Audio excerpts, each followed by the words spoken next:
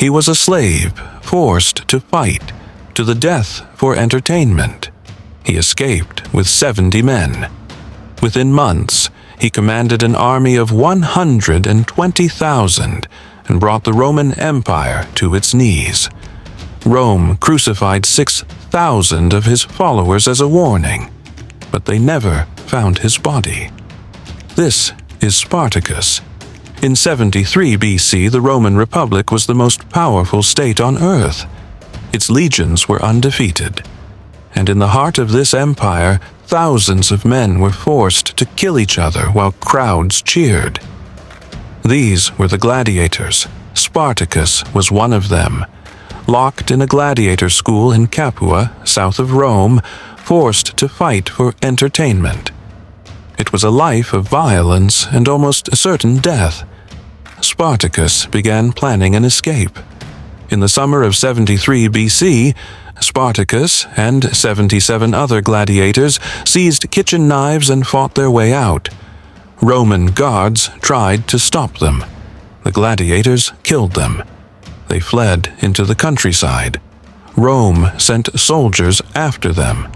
The gladiators ambushed the soldiers and took their weapons. For the first time, the escaped slaves had real swords and real hope.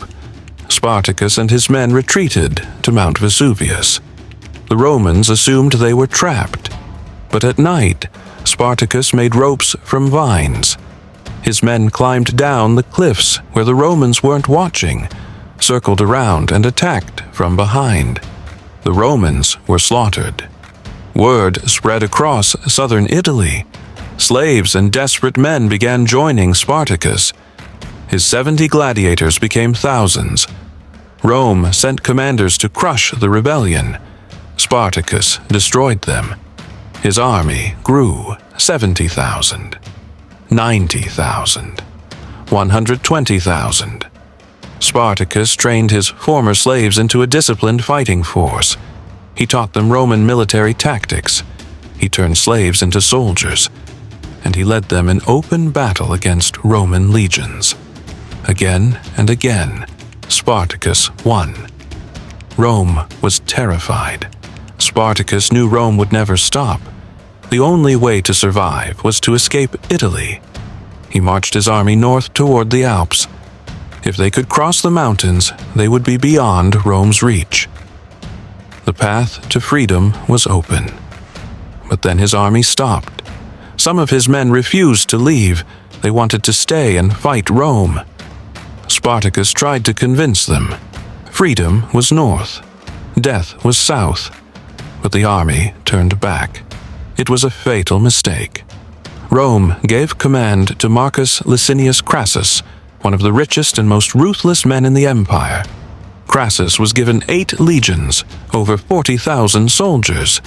His orders were simple: destroy Spartacus, kill every rebel.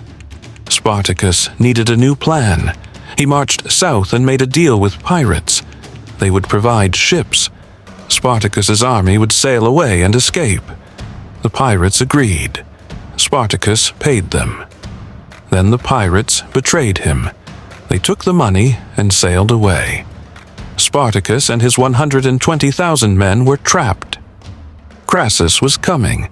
Crassus built a massive wall to trap Spartacus, 15 meters tall, stretching for miles. Spartacus was boxed in. In a desperate move, he launched a nighttime assault and broke through. But Crassus pursued relentlessly. Rome sent reinforcements. Pompey the Great arrived with more legions. Spartacus was surrounded. The final battle was inevitable. In 71 BC, Spartacus made his last stand. Before the battle, he killed his horse.